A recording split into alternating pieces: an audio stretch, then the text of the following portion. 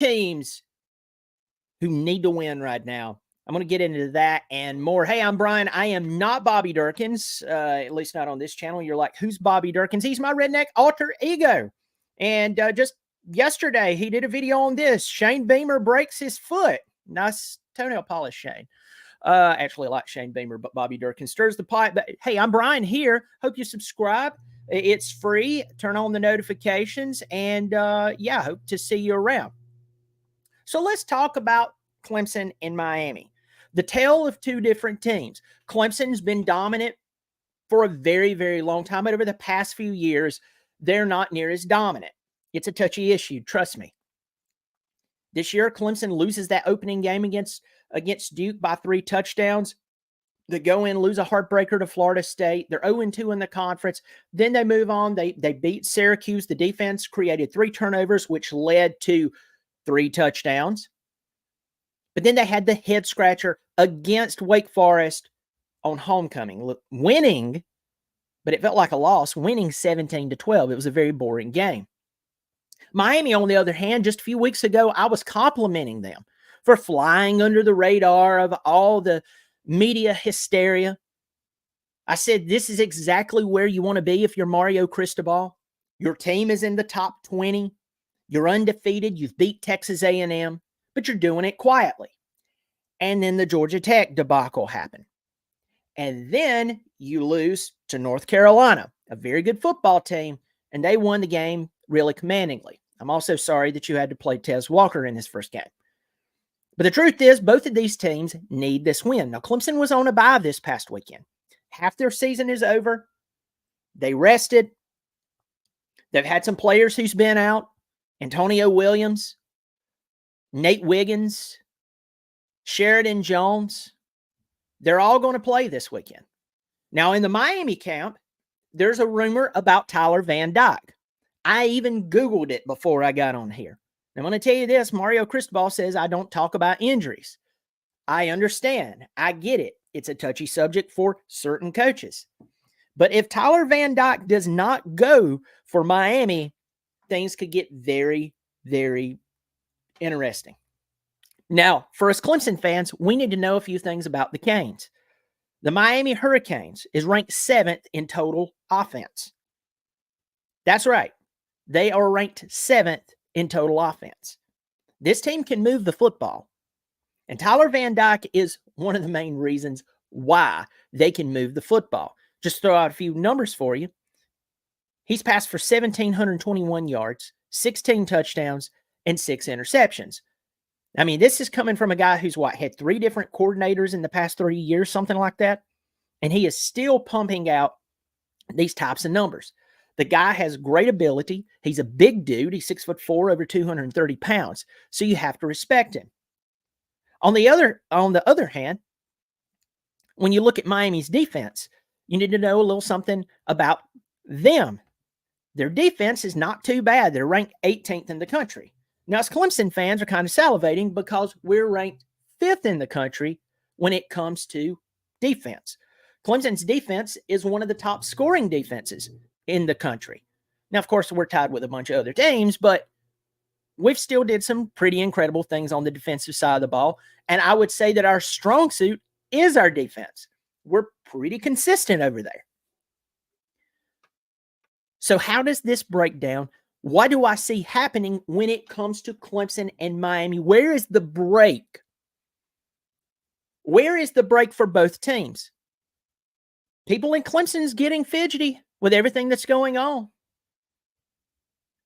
Miami thought that this was the turnaround year for them. They looked like it was the turnaround year for them. Miami averaging over 500 yards per game. Clemson averaging over 437 yards per game. You have to ask, where's the break? The over-under is only 48.5 points. I'll tell you about the break in just a second. First of all, I want to thank my sponsor, 4puttcarts.com. The link is below. They're a beverage and snack cart service for golf courses as well as special event. So if you have a tournament coming up, or if you just want to have cart service from time to time, you need to reach out to them. They do a great job. If you have a special event, you put a cart service out at like a wedding, you do that at maybe a birthday party. I'm telling you, you will have great reviews. Reach out to them. Also, the Sawmill Shop, this massive one, that's a prototype. There's only one of them. We're giving away three or four of these. So reach out to the Sawmill Shop, let them know that you heard about the show or heard about them from Bobby Durkins, not Bobby Durkins. And I'm figuring out how to do the giveaway. So I appreciate the sponsors. Also, if you want to join the show and support it on a monthly basis, it's so flipping cheap you won't even notice it. So you'll see the join button below. Unless you're on an iPhone, you might not see it. So let's get back to the game.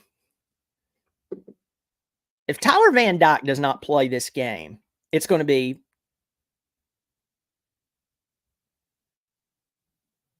bad for them. Now, am I predicting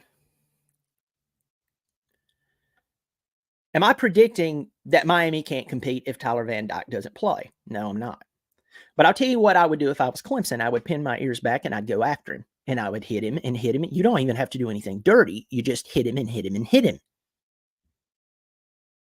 Let's go to Miami. And I'm going to go ahead and give you my key to where I believe the game will be won.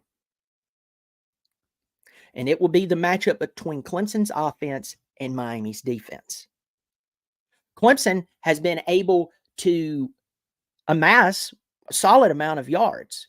A lot of people forgets that in that Duke game, the Clemson lost by 3 touchdowns. They rushed for over 200. They passed for over 200. They had 12 more first downs than Duke.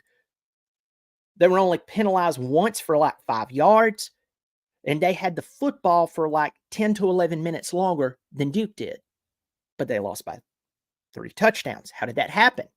They fumbled the ball twice inside the 5-yard line. And you go, all right, Brian, especially if you're a Clemson fan, stop talking about the Duke game. I agree until the Wake Forest game happened. The Wake Forest game, a massive day for Clemson football.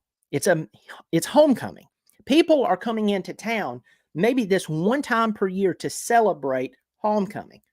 And you're playing against an anemic, cupboard is bare bones for Wake Forest. No Sam Hartman, none of those really good receivers from 2 or 3 years ago. You're playing against a rebuilding Wake Forest team, and you, with all the talent on the offense, can only muster up 17 points.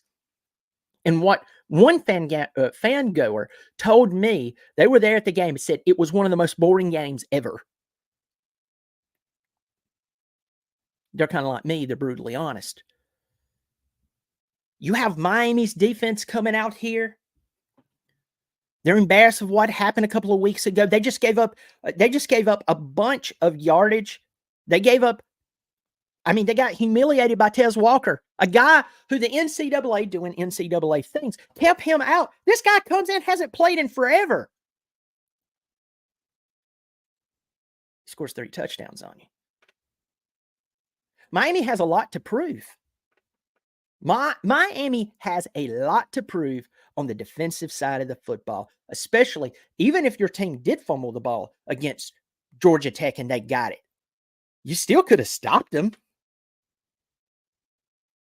So you have 2 units, Clemson's offense, and you have Miami's defense that could, in my opinion, they will decide the ball game. Unless Tyler Van Dyke can't play, and then things change dramatically.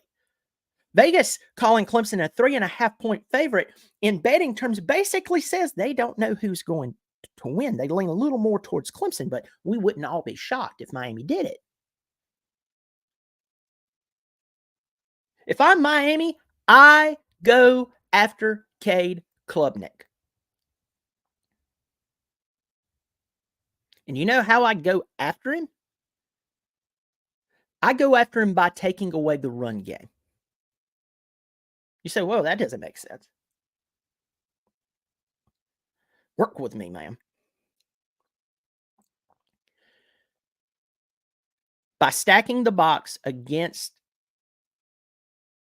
Clemson's offensive line, you're telling them, we know you want to run the ball. You have Shipley, you have Maffa. We're going to take this away from you, and we're going to make Cade Klubnik beat us. Now, if Cade Klubnik and Tyler Brown and those guys they're on, you're going to have a problem. Stellato is looking good. He's catching everything that's even near him. That's what I would do if I was Miami. If I'm Clemson, here's what I do. I come out and I say, where is Tyler Brown and is he okay? Okay, good. Where's Stellato? These guys are catching the ball at a high rate. Put the game on their shoulders. Throw a few toss-ups to Bo Collins and see where he is at mentally and in the game. Bo Collins has been one of my favorite players this year. He must be battling something because he's dropped some balls here and there, but hey, he's coming back. I'm not going to knock him. In fact, right now he's our leading receiver at 24 receptions, 339 yards, 2 touchdowns.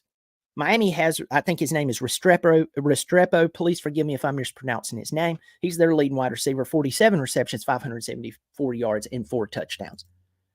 But if I am Clemson,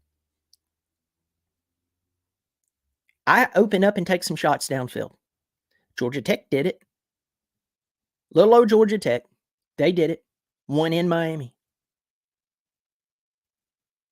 And that will be the key to the game. If Clemson can actually finish what they start, can they get into the end zone? Hey, you can have 600 yards in the game, but if the other team has more points on the board than you, that is the stat that everybody pays attention to. That's the difference between being a winner and a loser, the points on the board.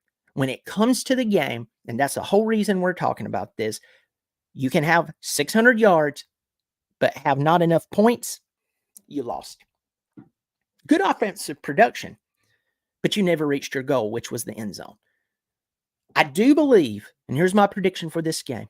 This is a toss-up, folks. Both teams need this win, so we might see some desperate play calling, which could be entertaining. I call Clemson to win this game 24-21. 24-21. But I am telling you, as a Clemson fan, I would not be shocked if Miami somehow pulled this one out. We'll see. Well, folks, thank you so much for joining me on this preview. I hope you share this with your friends, your family, your clergyman, your grandma. And if you haven't subscribed, even if you've been watching me for a while, and you're like, I realize I never subscribed to him. Hit the subscribe button. It's free. Also, remember the join button below. It is so affordable. You won't even miss it. The join button below. Thanks to my sponsors, 4puttcarts.com. Beverage and cart service for golf courses and special events. Check them out at the link below. Let them know that you heard about them from me. Also, the other link, we'll be giving away one of these fantastic tiger signs. It's beautiful. It's great for your office. It's great to throw at someone if you're mad at them. Reach out to the Sawmill Shop and tell them you heard about them from me as well. Folks, I'm glad you're here. We'll see how the game goes. Check me out. I'll have, unless something changes, I'll have a pregame, a halftime, and a postgame report for this Clemson and Miami game. I hope to see you Saturday. I'll catch you later. As always, go Tigers.